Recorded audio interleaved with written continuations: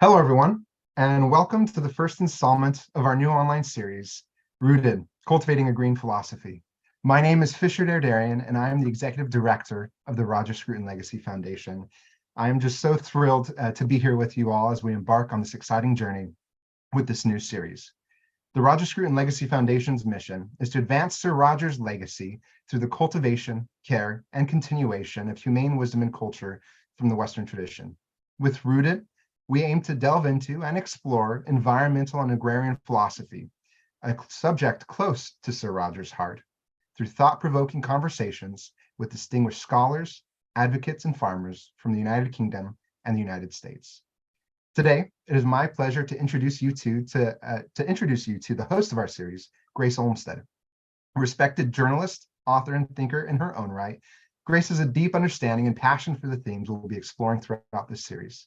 Her book, Uprooted, Recovering the Legacy of the Places We've Left Behind, explores her own roots in Emmett, Idaho, and what it means to belong to a place. She brings a wealth of experience and an insightful perspective to the conversations we will be facilitating today and in the coming interviews in the course of this interview series. As we delve into these important topics, I encourage you to listen, to reflect, and to engage with the ideas presented. Our aim through this series is to inspire a deeper understanding and a greater appreciation for the role that green philosophy plays in shaping our world and how we each individually can play a part in caring for our homes. With that, over to you, Grace. Thank you so much, Fisher. It's truly an honor to be here, an immense privilege to get to serve as your host as we walk through this series together. And I am very excited to consider with you all what it means to steward local ecology and local communities well, and what it means to address the crises of climate change, rampant waste, soil degradation, water pollution, and more that so many communities that we know and love are currently struggling with. And so Roger Scruton once suggested that the dire environmental challenges of our time must be attended to in and through our love of home. So in this series, we're conversing with farmers, writers, community organizers, thinkers who embody that challenge and that commitment and have adopted practical measures in the places they love to steward those places well. So I'm very excited and honored to introduce you all to our first guest, Ms. Mary Berry, who is the Executive Director of the Berry Center in Henry County, Kentucky. She was raised by her parents, Wendell and Tanya Berry, on a farm in that same county and has spent several years farming full-time herself, first as a dairy farmer and tobacco farmer, and then as an organic vegetable, pasture-raised poultry, and grass-fed beef farmer. In the last several years, last several decades, Mrs. Berry has truly become a prominent and vital voice for sustainable agriculture and change that we need, not just in the United States, but throughout the world. She established the Berry Center in 2011 as a nonprofit dedicated to reforming the U.S. agricultural system through educational endeavors, through preservation work, humanities programming, and through cooperative supports for local farmers. So Ms. Berry, it's such an honor to have you. Thank you for joining us today. Thank you so much. What kind words. And thank you from one of my parents' favorite people. Other than me, of course.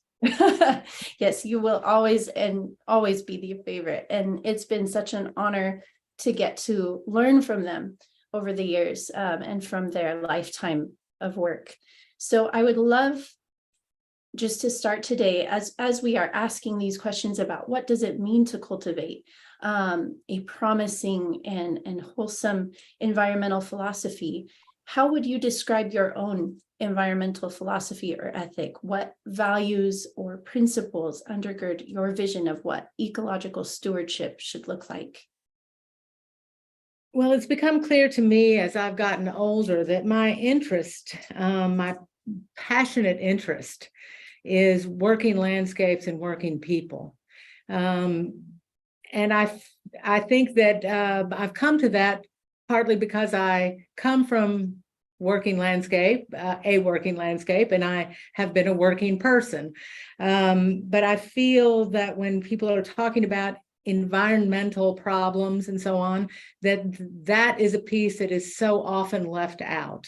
The idea that we must think about our forests, our farms, and the people who know how to work on those places or in those places, not living each year at the next year's cost. And so I'm not sure that that's a direct answer to your question, but that's where my interest and my affection and my passion, that's where it lies. Those things lie. And I love that vision because it points out the fact that people and place go together. Now, obviously, ecology must include the people living in the landscape. That's right. Fix them too. Land and people never separated. I mean, we can certainly see in our terribly separated culture right now the long-standing damage done when people are separated from their land and the land from its people. Yes. So how would you describe, for those who perhaps have never visited Kentucky, who have not encountered Henry County, how would you describe your place? And how did you come both to perhaps live there and to return there? Henry County, I think, is beautiful. I have heard from people all my life that Kentucky is a flyover state, that the place I live is the middle of nowhere. And of course, that never sunk in with me. I just was astonished that as a child, I remember thinking, well, this is the middle of everywhere. This is the center. We live in a rolling, our part of Kentucky is rolling. I grew up in a pretty healthy agrarian culture. Since 2004, the end of the Burley Tobacco Program, which I think we'll talk about later on, my place has been in serious decline. But it remains quite beautiful. It's well watered, a lot of woods. So it's especially this time of year, it's very green, lush, beautiful. There remain some very well farmed farms here. Some beautifully taken care of home places, and that's where I take my solace. And you grew up in this county. How did you come to return there?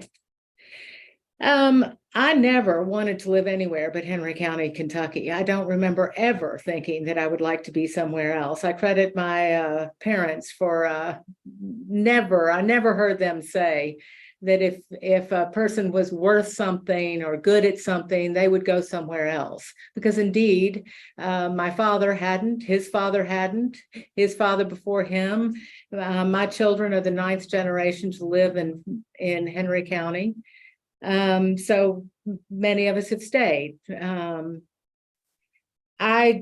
My parents, Grace, you may know, traveled a good deal when I was young.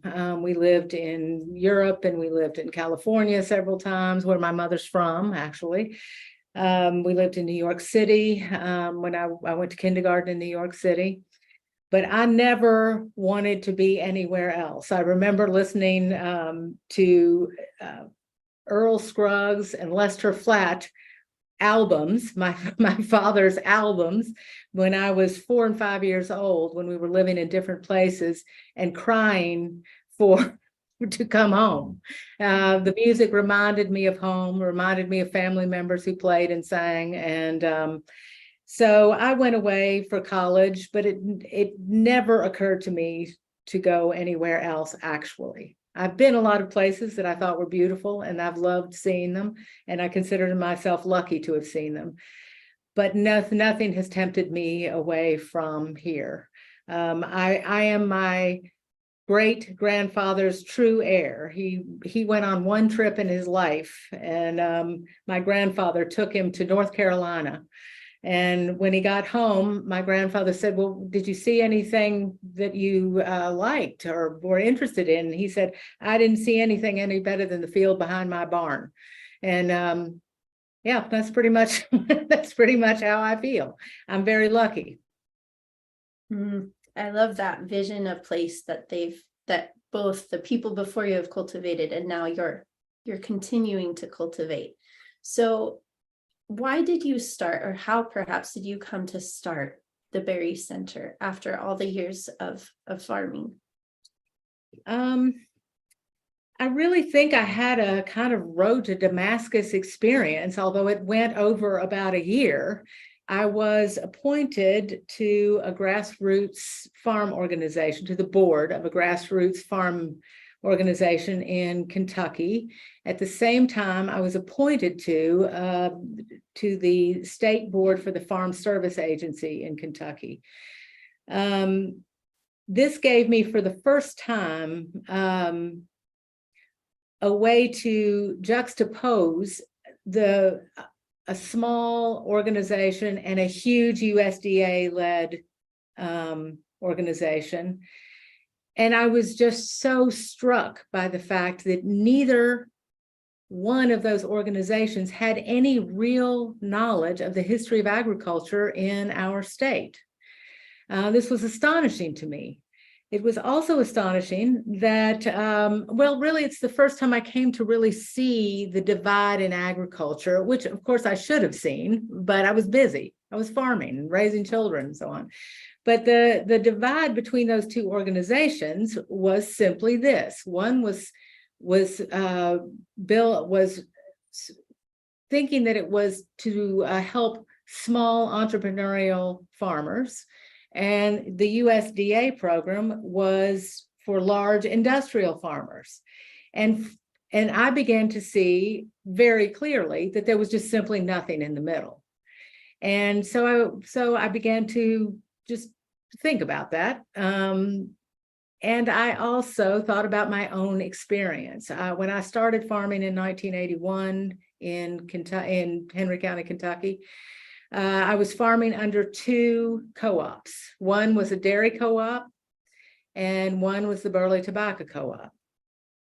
As the years went by, the dairy co-op, Dairymen Incorporated, finally went completely out of business, and the dairy issue is a long, complicated, painful one. And we raised tobacco until 2004. But during those years, we were also we switched everything. We were raising pastured poultry and processing them in what had been our milk house. We were raising organic vegetables. We had the first certified organic cattle herd in the state, and so on and so forth. We were doing everything we could do. We knew tobacco was coming to an end. So while I was doing all of that, I knew that my husband also, that we were waiting for this thing called a local food system. We thought that's what we were working toward. Everybody was talking about it. And so somebody, we thought, must be working on this. So we'll just keep on working until we find a system that we can fit in. Well, that was mid to late 90s. By the early 2000s, it was clear to me that we were no closer to a local food system in 2001 and 2 and 3 than we had been in 93, 94, 95. So I began to think about the examples of what had worked for farmers, to wonder why those examples had been utterly forgotten. The free market doesn't work for farmers. It never has, it never will.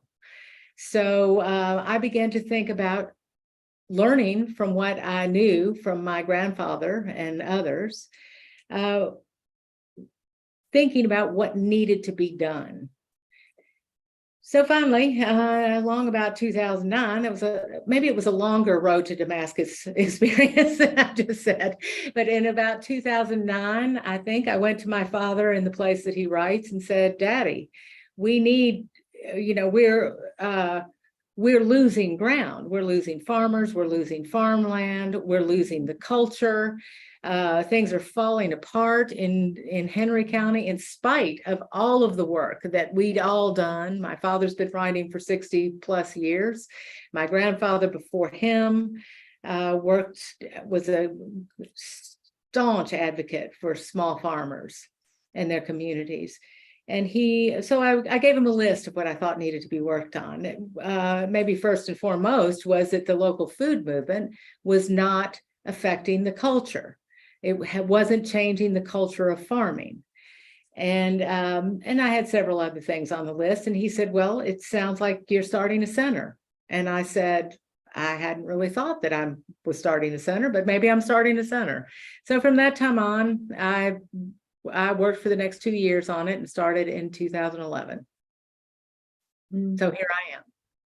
And here you are, and it's still going strong. I think it's interesting because I've noticed in a few different interviews and things you've done, you've talked about the failures of the local food movement. And a lot of people might respond with, well, I shop at the farmer's market and I see these CSAs popping up in my town. I think at one point you called it a faddish economy, and you just pointed out it hasn't changed the culture. So I wondered if you could talk a little bit more about why has it failed thus far, and how can we maybe address that failure? Well, I think that the local food movement, which I should hasten to say, I benefited from.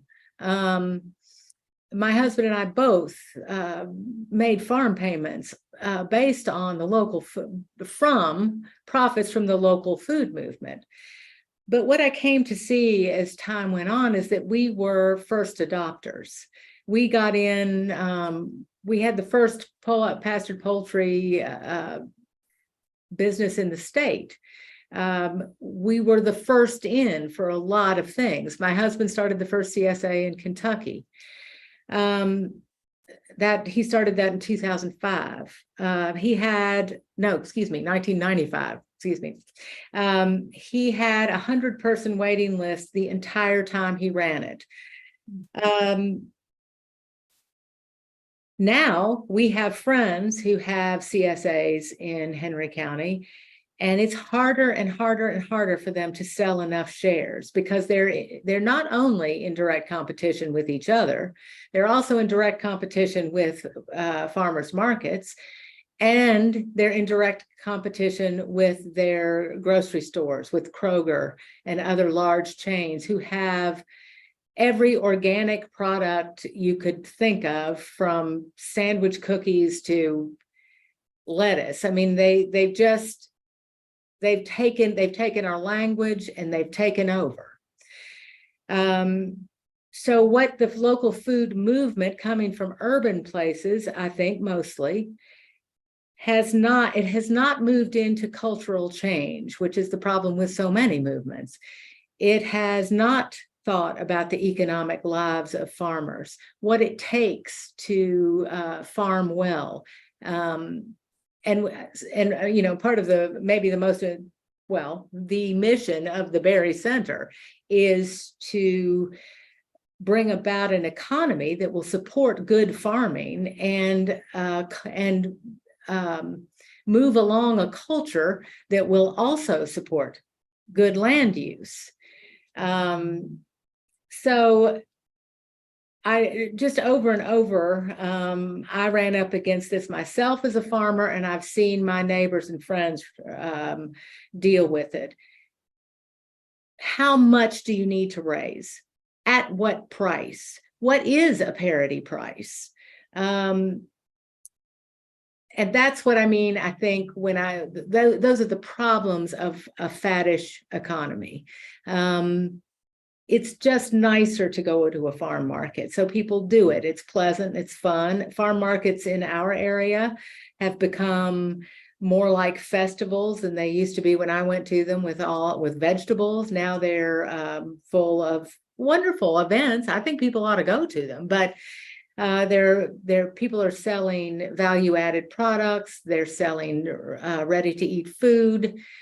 flowers, wonderful things, but they're not places anymore that a farmer can go with his or her array of seasonal vegetables and expect to make a living, and even to expect to sell all they've got. So I just began to try to figure out what would we put in the middle, what goes in the middle, so that farmers don't have to do it all, that they can do what they're good at.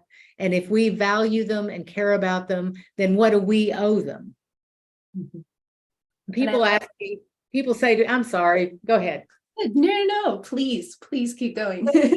People say to me all the time, or they thank us, which is very nice of them, for helping farmers. And I think, the fact is, this culture needs these farmers a lot more than this culture could be said to need them. So not to be too trite about it, but thank the farmers. Thank the farmers for hanging in there, and pay attention to what you can do to keep them going. Mm-hmm. I love that you use that language of the middle, because that was kind of the next thing I wanted to ask you about. And I think it fits very well into what you're doing with the Berry Center.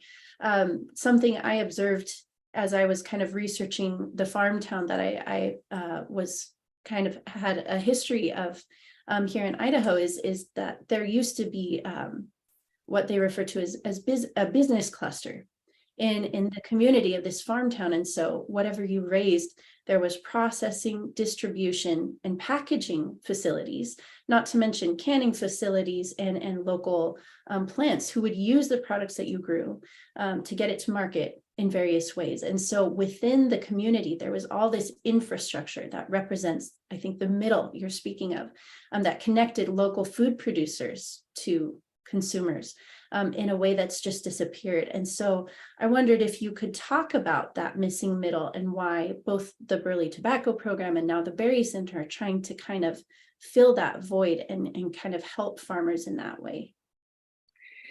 Well, I probably should say quickly that our efforts at the Berry Center are under our program called Our Home Place Meat. Tobacco remains a problematic crop and is nearly gone from Kentucky now. So my advocacy for the Burley Tobacco Co-op is to bring back its principles.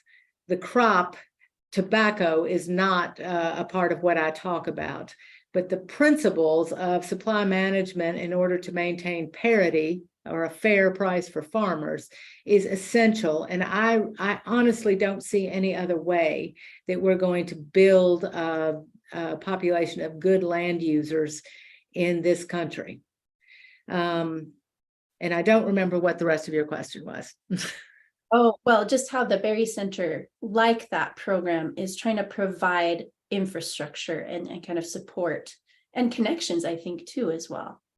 Well, I spent some time when I started the Berry Center trying to figure out where we would begin our work. I knew when I started, because having been raised around people who had worked on behalf and with the program for decades. My grandfather was the principal author of the Burley Tobacco Program.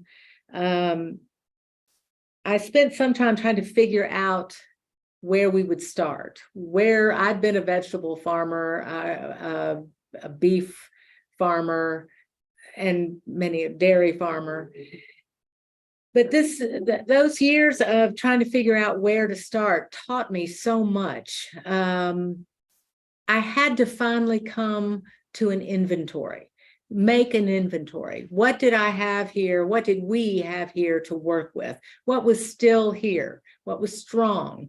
So that we could work with the culture instead of sort of come up from the ground instead of applying from the top down, which I think has been another weakness of the local food movement.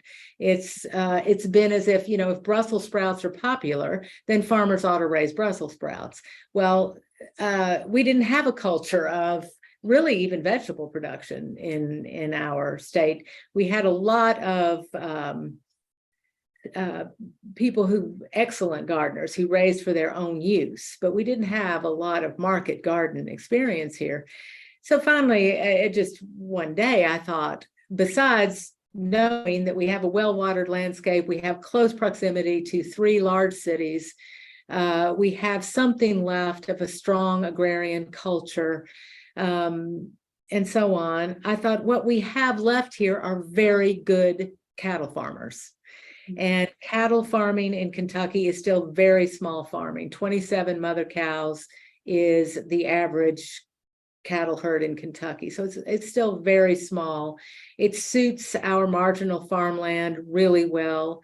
It means it keeps our rolling landscape covered year round. I didn't learn really to think about that kind of farming as perennial farming until I listened more and more to Wes Jackson, my father's friend who started the Land Institute in Salina, Kansas. But the farming I grew up around, now I see, was mostly perennial pasture, perennial hay crops, and the least erodible land was plowed for tobacco, some feed crops for the farmer's own use, for their own livestock. My father tells a story of people back when he was young saying, I'm going to raise the corn I raise for my livestock will walk off this farm, meaning they just raised enough to feed their own stock. There wasn't any of this thousands of acres of corn. So I just took stock of what we had, and invited some small farmers that were, we have 11 farm families now working with us, and they were pretty much handpicked, a couple of them by my father.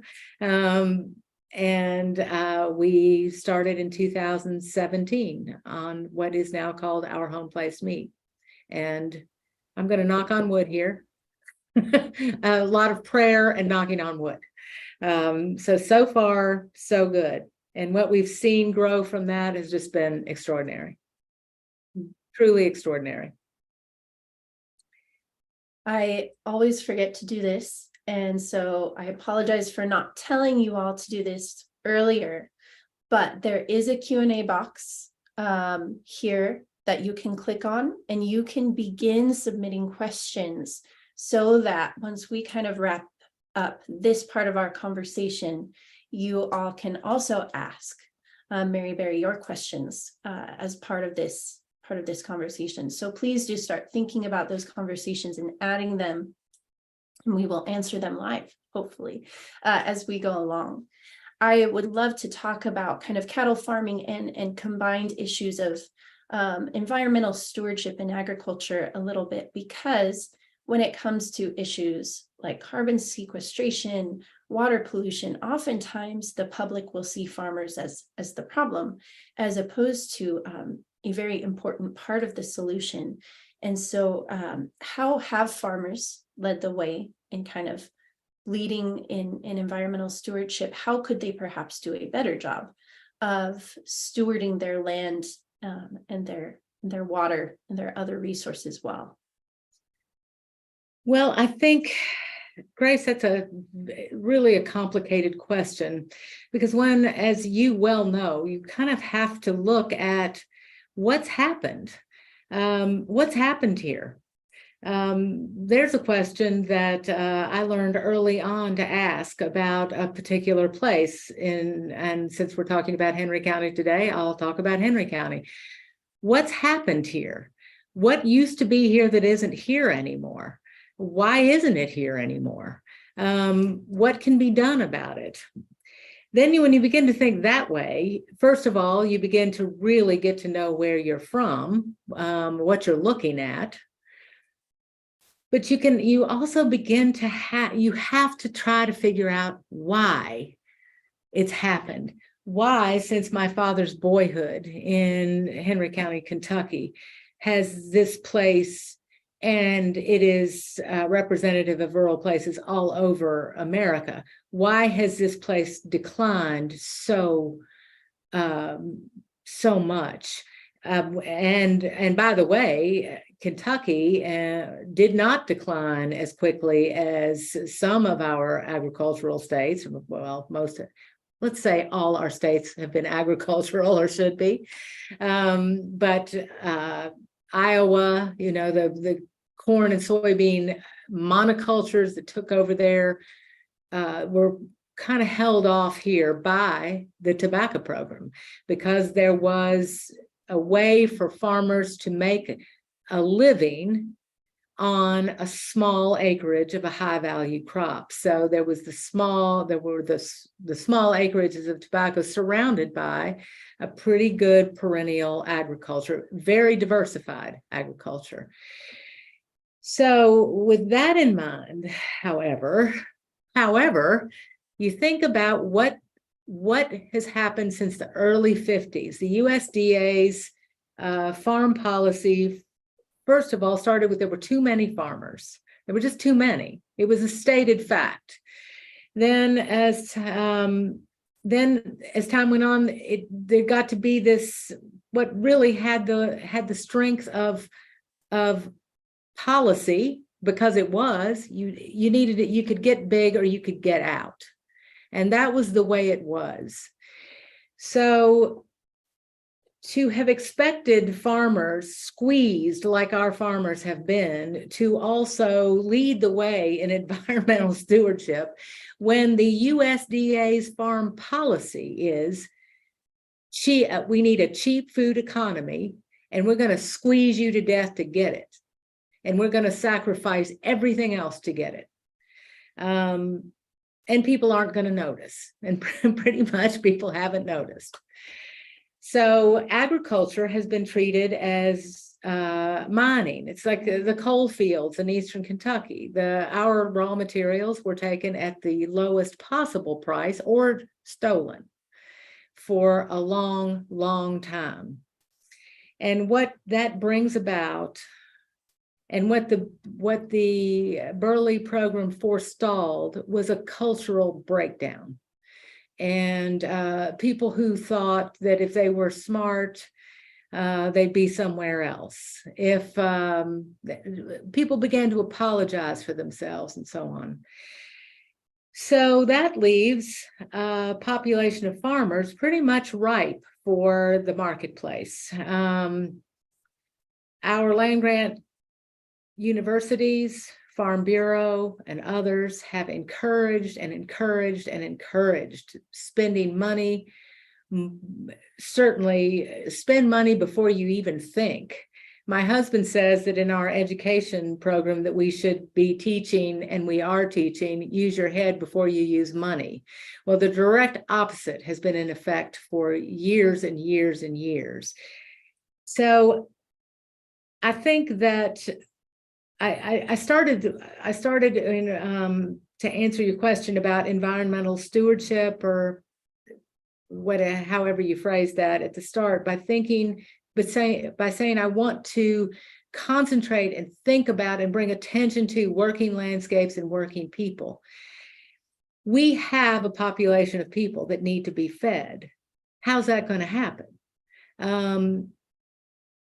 We need to think about what that means and how we're going to take care of the land and the people who know how to get from the land and get from the forest, which is also the land, the things we've got to have to survive.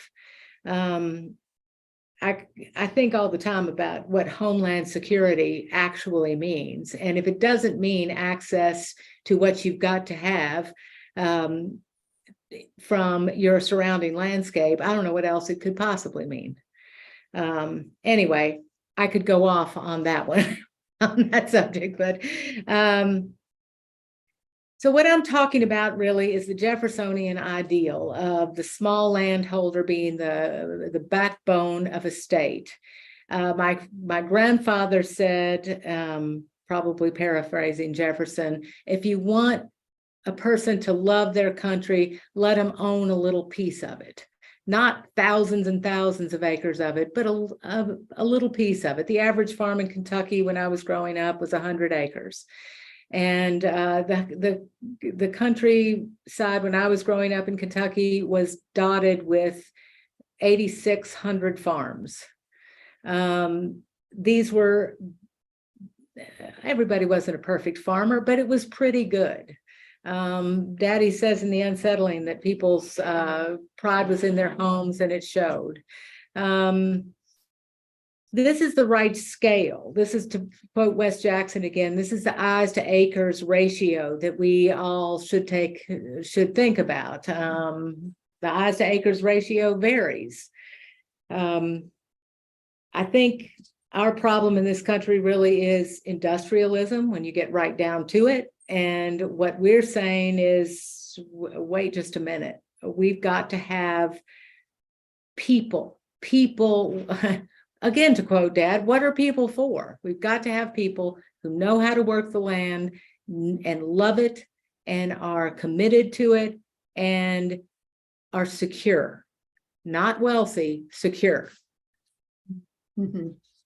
There's a quote actually from Sir Roger Scruton's book, Green Philosophy, in which he describes what he called oikophilia, or love of home, as, quote, a call to responsibility and a rebuke to calculation. It tells us to love and not to use, to respect and not to exploit.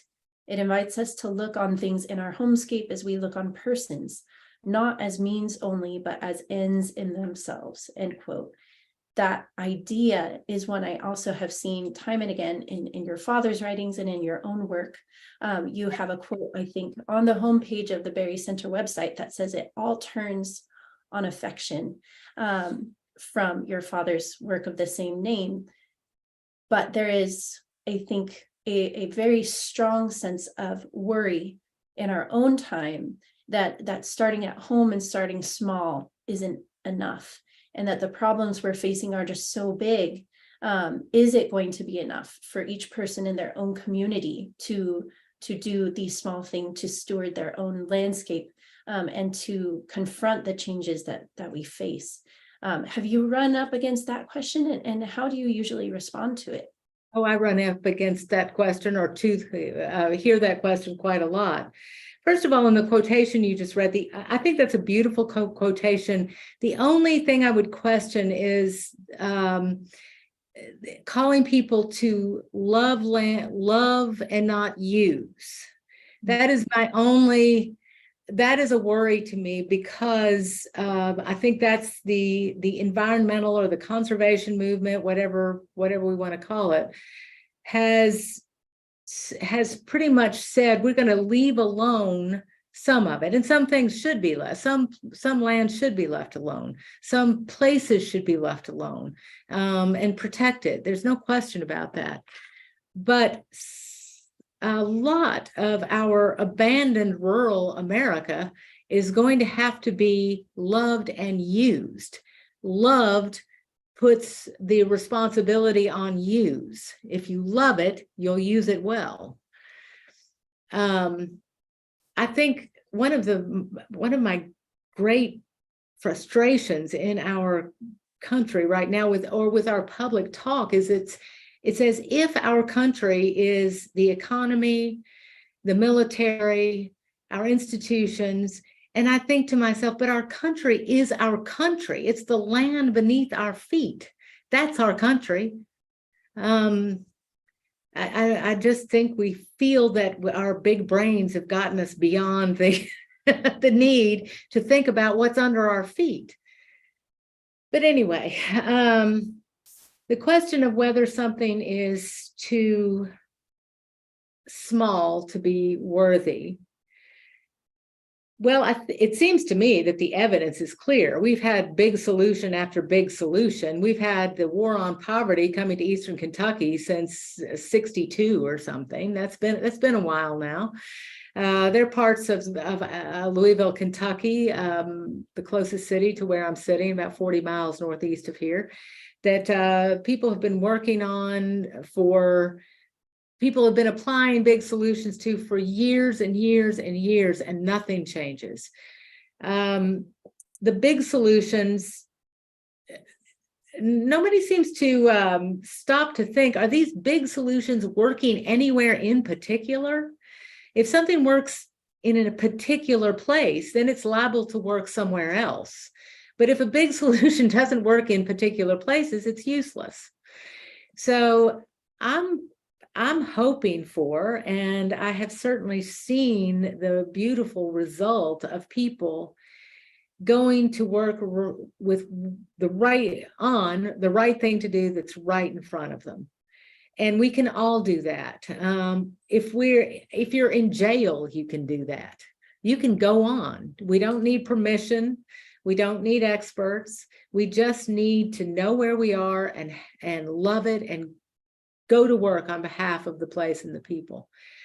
And then the great hope is that those efforts will kind of coalesce, and that we'll be coming up under what's coming apart with something solid. I don't think that's not realistic. I think it's completely realistic, but I have no faith in the big solutions. The big solutions seem to me to funnel money, just like the industrial agriculture does. And yeah, I'm content with my small efforts here. But the small efforts, I mean, I can't help but use a bigger example. Our home place meat is based on the principles of the Burley Tobacco Program. The principles are that you control supply in order to maintain a fair parity price. And it's working. The great heartbreak of industrial agriculture is overproduction. Organic Valley, the dairy co-op, was founded by a guy named George Seaman over 30 years ago on the principles of the tobacco program. So, that's a big company by anybody's, well, maybe not anybody's. my calculations, it's a big company. So these small efforts can be moved. They can be used as examples to other places, and we are desperate for good examples. So what we've learned from our home place meat, we have been careful here to keep records of how we've done things, keep records of the mistakes that we've made. Most of those mistakes have been mine. I'll be fair to the people who work here. So that when people call us and they do, how do you do this? We can tell them. I'd love to get in the position at some point to be able to actually, to have the manpower to actually get those things written down so that we can, in a way we could just send it rather than talking for hours. But we'll see. We'll get there. One thing I think too that's so important that you draw out with kind of your answer to small local particular action versus big policy solutions is that it acknowledges the diversity and the difference between places, between landscapes, between regions, and just how much kind of trying to create one size fits all solutions oftentimes reduces or neglects the actual diversity of those places. And that's something that we have to acknowledge. And so it is kind of funny because I wanted to have my last question present some sort of call to action. But in order to acknowledge that particularity and the fact that people live in very different places with very different means, I'm going to try to be particular with how I word this call to action. So if there were someone, perhaps a neighbor of yours, someone living in Henry County, Kentucky, who listens and says, I want to do one small thing tomorrow to help in this work, to change my habits and reorient them toward the good of my community, of my landscape. What thing or things might you recommend that they do?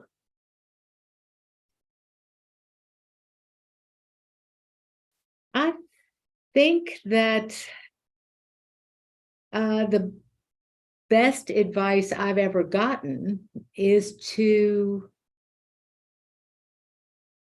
to just to trust in what you know, to believe that you know something that's of value and I speak now as a citizen of a particular place, and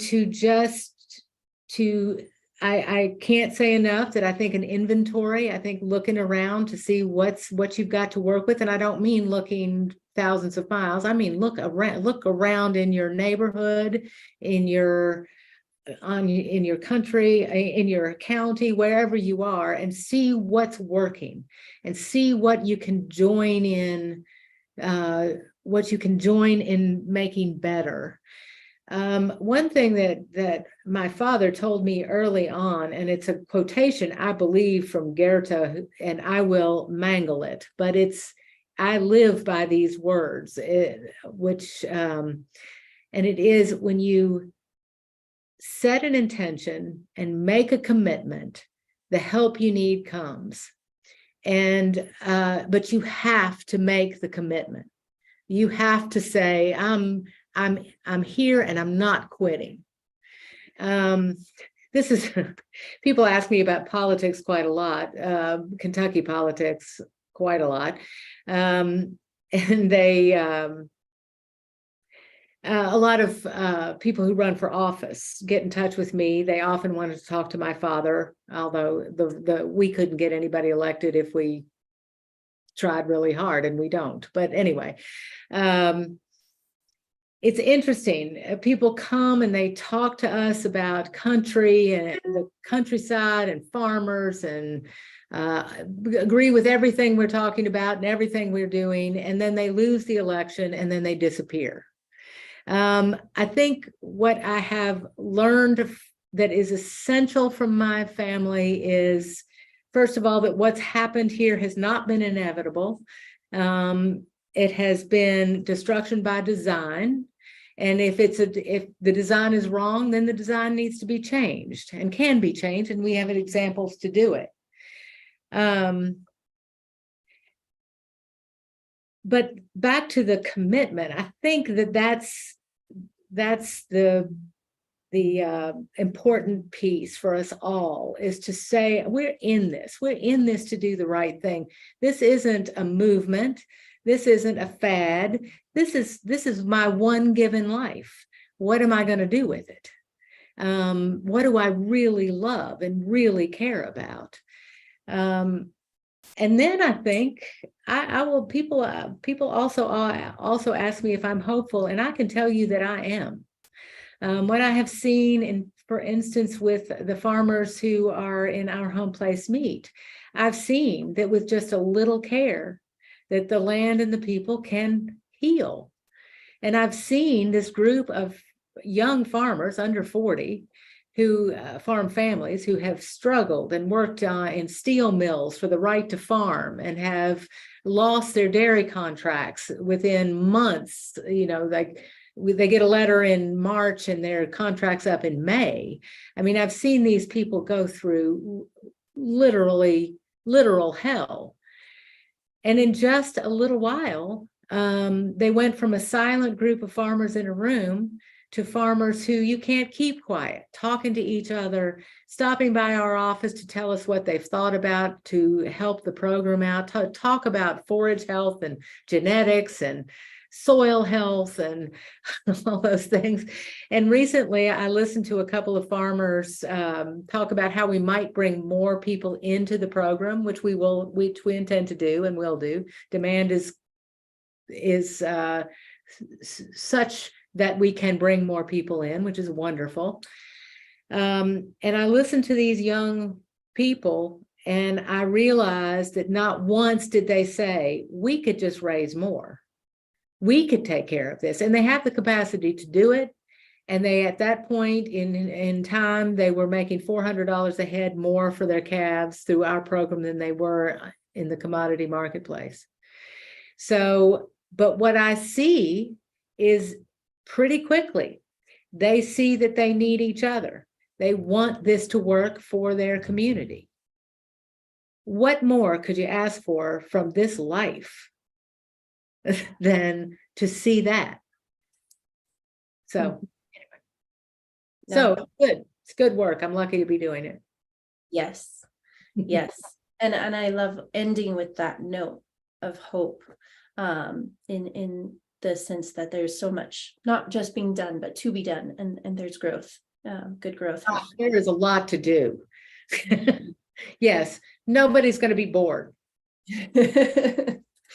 So we have a number of questions from listeners about your comment that the free market does not or has not worked for farmers and for agriculture. So why doesn't it? And are there some alternatives that don't involve additional government intervention in terms of the crop insurance subsidies and other programs that we currently see?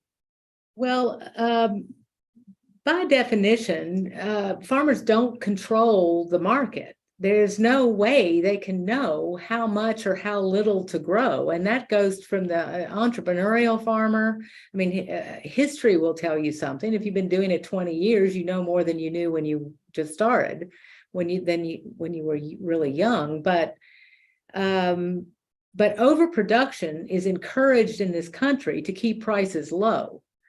So, and so that's the price support system. When I talk about the Burley Tobacco Program, I'm talking about a price floor, a price support, which means a fair price, not a race to the bottom.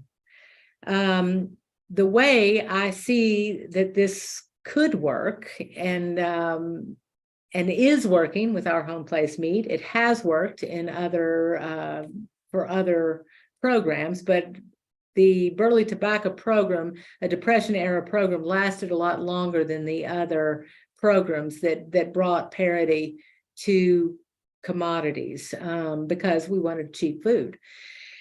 The Burley Tobacco Program worked by setting a quota. A quota was set on every farm in Kentucky. Every farm. I mean, I don't think I'm too far wrong about that. Every farm in Kentucky had a quota. It was based on the history of tobacco production on that farm, going back way back, back to the 1800s. So there was a history of production. There was the quota also took in the topography of the farm. So it was farming quite literally that fit the farms. So farmers were allowed to raise what their quota was. So in my case, when I bought a 200-acre farm when I was very young, came home from college in 1981 and bought a 200-acre farm. I will say that the price for that farm was, I think, $1,200 an acre. But if we remember the 80s interest, we had a young beginning farmer loan that was 9% interest, and other farmers were paying 13, 14% interest in those days. So it was not easy to buy a farm then, not in terribly hard now. We had a 5-acre tobacco base, and that 5 acres was cut. We plowed up. There was an acre here, an acre there, so that the top of the ridges, the most level land was plowed. The rest of it was pretty much in permanent pasture or hay ground. So this program provided an economic backstop for the farmers. It also protected the land. And it also meant that for once and for a while, corporations weren't stealing what we were growing. My grandfather, we have my grandfather's paper. My grandfather said in his papers, the principles of this program will work, could work for anything farmers could raise, from timber to tobacco. If I had the wherewithal now, I would be starting a forestry program based on the same principles. We already have 4 programs, and I think there would be mass mutiny if I start another one right now. But I'm going to. But anyway, this is an idea that takes the land into consideration, takes the people doing the work into consideration, and is fair-minded. And also the quotas moved with the farm. The quota belonged to the farms, so they could not be withheld if somebody was out of favor for some reason, the wrong race or something. You couldn't withhold quota from them. Consequently, many people, my husband's family, I knew many people that I could name, moved from farm tenancy to farm ownership under that program. And in our efforts to revive it, of course, we're not going to have the power of law behind what we're doing. But we have seen that the health of the farms where these farmers are farming has already improved, because they can afford to do the work the way they want and need to do it. So your question, the question before the free market question was, what didn't you ask me about environmental degradation and that farmers are considered implicit in all of that? Well, farmers, I mean, there's some bad apples, of course there are, and there's some, huge farms that are just wrong. They're just wrong. They don't work with nature. They're toxic, erosive, and they shouldn't be. But the farmers that I know here want to do, I will say it in quotation marks, the right thing. But as I heard a farmer in a meeting say once, it's hard to make the right decisions when you're wondering who the next person is going to be who lives in your house. So we have to think of the whole here. We have to think of the whole picture. And actually, once you think of the whole picture, everything gets more interesting and I think hopeful. There's a question from Haddon, who's from the UK. And because I think you've mentioned that your work also ties into the cities around you, like Louisville, I think this is a really interesting one. What does a healthy urban economy that supports farmers look like? He adds, I ask this as there is often a stark discontinuity between urban and agricultural areas. Well, I think in this country that the urban-rural divide is maybe the worst divide in our divided country. Our country is getting more and more urban. I think the last statistic I saw, I think 15% of us live in rural places. And of that percentage, 3/4% farm. And of that percentage, how many farm the way we're hoping, doing the kind of farming that we know needs to be done? Well, that's pretty alarming. That's a tiny percentage, especially when you consider the eyes to acres ratio. Well,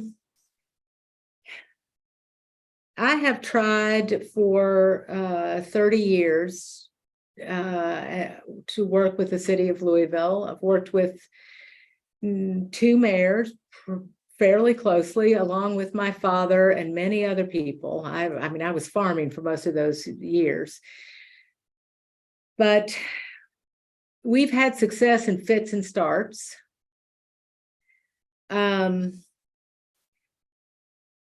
I'm going to badly answer this question. The thing that comes to mind is something that I've heard my father say over and over. When you're flush with food, food is the last thing on your mind. But when food becomes scarce, it's the first thing. So I think that there are many allies for what the Berry Center is trying to do in Louisville, and we're having great success with our meat program. But on the other hand, I think the leadership in Louisville still sees this as this effort to connect the countryside to the city as just might be nicer. It just might be nicer to do that. It's a nicer thing than to not do it. But in the meantime, there are a lot more important things to think about.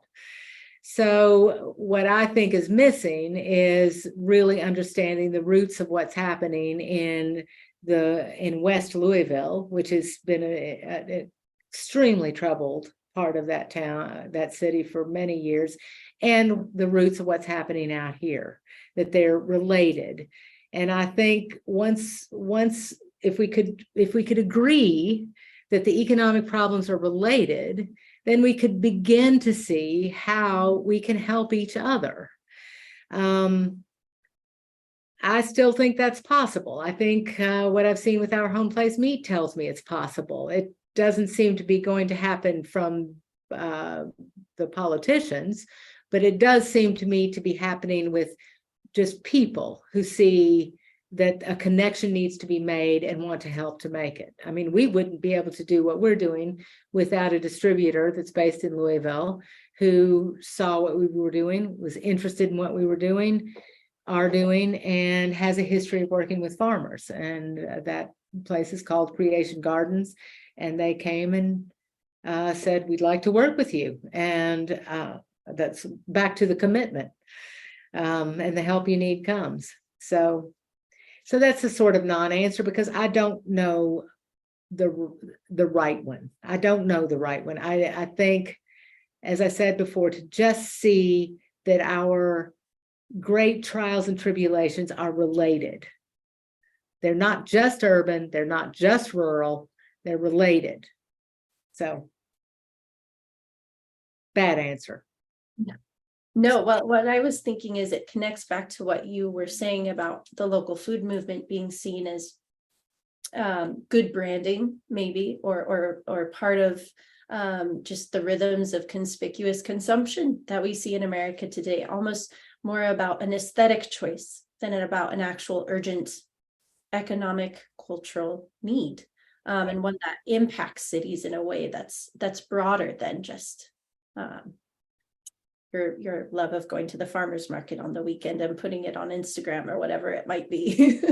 Right. And part of this problem, of course, I mean, we could talk for hours about this problem. I mean, part of the problem is the 2-income household. Nobody's home. Nobody has time to do the things that could be done. Belonging to a CSA is more difficult than going to a farm market. Because you don't have choice. You don't necessarily have choice with a CSA. You go to a farm market, you can just choose what you want. That's not as good for the farmer as the CSA. But if you're really strapped for time, you can just go to Kroger and get organic vegetables already cut up for you or already cooked for you. And so I think we need to just begin to see how all these connections have worked to have us in the shape to help us along to be in the shape we're in now. But once you acknowledge these things, I mean, I am a person who believes the truth will set you free. I do believe that hiding from the truth is depressing and it just doesn't make for a happy life. But once you begin to look at these things honestly, then you even begin to see that for our popular problems of the day, climate change and so on, I always wonder about that. We have popular problems, and then we have the problems that still exist but are no longer popular. And right now it's climate change, and climate change is a terrible problem. But if we're going to do anything about climate change, we might have to think about denying ourselves. Well, how do we become a culture that does that? Maybe we start to enjoy the things that are really enjoyable, not the things that we are told are enjoyable. I've noticed in a few different places you've talked about something I also see present in your father's work a lot, both the importance of setting limits and the importance of frugality, which are two things which obviously go together, but are perhaps in neglect throughout the United States in particular, on a scale that they have not been neglected in the past. You're right. Oh, good. Well, it's something I'm working on myself as well, setting limits. Too. Yes. We have a question from Will Cheney. who asks, Mary, what are you reading right now? What thinkers or writers are speaking to you at present? Well, I'll give you I'll confess first that what I love to read at night are British mysteries from the 20s to the 40s, roughly. And there's so many of them. And I just love them. And so that's part of what I'm reading and part of what I'm reading. So I've been honest. Isn't that good? A person just sent me a book called To Speak for the Trees, a friend of mine, and I've started reading that. I will have to say, and this is going to be maybe disappointing, but one of the people I read a lot is my father. And I know his work pretty well. For one thing, he's always writing new things. And so there's always something new for me to read. But I will have to say, I have been so wonderfully blessed with my parents and my family. But I get stuck here a lot. I mean, I'm in over my head every day of my life here. If I'd had any idea what I was getting into, I might not have done it. I'm glad I did, but mercy me, it's just something all the time. But sometimes I can just open a book of my father's and just start to read. And then I feel better. I feel like I have a way forward. And that's what he does for me. I am a reader. I read a lot and I love to read. And there are many, many. I love Trollope. I love, oh gosh. I mean, I'm always reading something, but my father said to me some years back, he said, "You quit quoting me. Don't give me credit. I've written all this so you can use it." And so now I claim to have written The Unsettling of America. So there's my second,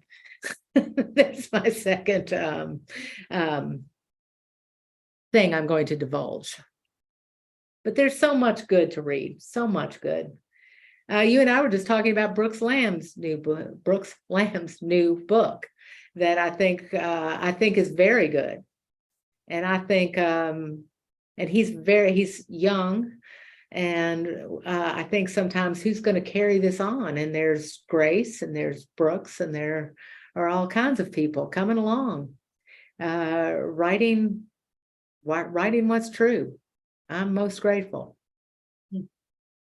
As are we. Well, and it's lovely to see how the legacy you've received from your parents, that you are faithful to it, and there's this virtue of fidelity that you can see in the generations, that you also have children who work with you at the very center. It's a beautiful thing and a very encouraging thing, I would say, as well. Thank you so much for joining us today for this time. I wish I could talk to you for hours, and hopefully we'll get to do that at another time. But on behalf of everyone who's joined today, thank you so much, Mary.